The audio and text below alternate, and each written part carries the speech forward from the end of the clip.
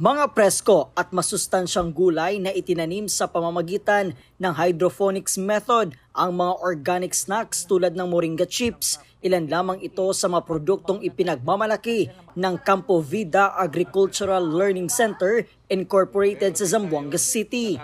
Kabilang ang organisasyon sa maraming grupong naalalayan ng Magnegosyo Taday program ng tanggapan ng pangalawang Pangulo. Noong nakarang taon, personal na iginawa ni Vice President Inday Sara Duterte ang 150,000 pesos bilang livelihood grant sa kanila bilang karagdagang puhunan sa kanilang kabuhayan.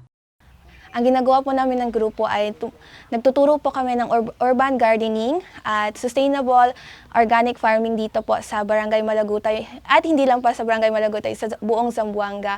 At nag-partnership din po kami ng mga associations, youth associations at mga NGOs, CSO para sa aming vision na makatulong sa ating farmers and also mga women's association din.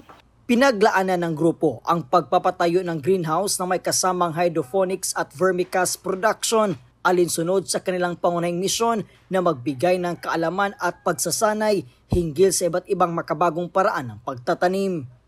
Nakapagtayo po tayo ng hydroponic greenhouse with vermicast sa ilalim. Dito nagtatanim tayo ng mga iba't ibang gulay na gusto natin, na madali siyang itanim at ibuhay din at madali naming naibebenta sa community at nakakatulong siya dahil nagkakaroon na po kami ng kita ngayon. Dahil din dito, dagdag kita din kasi dual purpose po yung nagawa nating facility kasi meron siyang vermicast. Itong vermicast, nagpuproduce siya ng organic fertilizer na nagbibigay ng organic.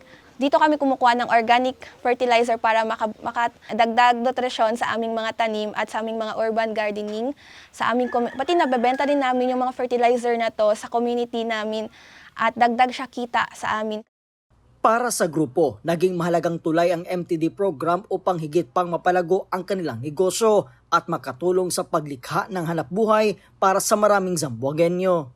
Ikinagagalak din nila na mapasama sa maraming Filipino entrepreneurs sa buong bansa na pinagkatiwalaan at sinuportahan ng tanggapan ng pangalawang Pangulo sa pamamagitan ng nasabing programa. Nagpapasalamat po kami sa programa ng Office of the Vice President ng Magnegosyo Taday dahil nabigyan niyo po kami ng malaking oportunidad not bilang isang kababaihan dito sa ating komunidad. Nagkaroon din po kami ng oportunidad na hindi lamang na makababuhay ng halaman, makakabuhay din tayo ng maraming mga pangarap sa ating buhay. Mula po rito sa Zamboanga City, ako po si Brian Latasa, ang lahat para sa Diyos, bayan at pamilyang Pilipino. Valiente News.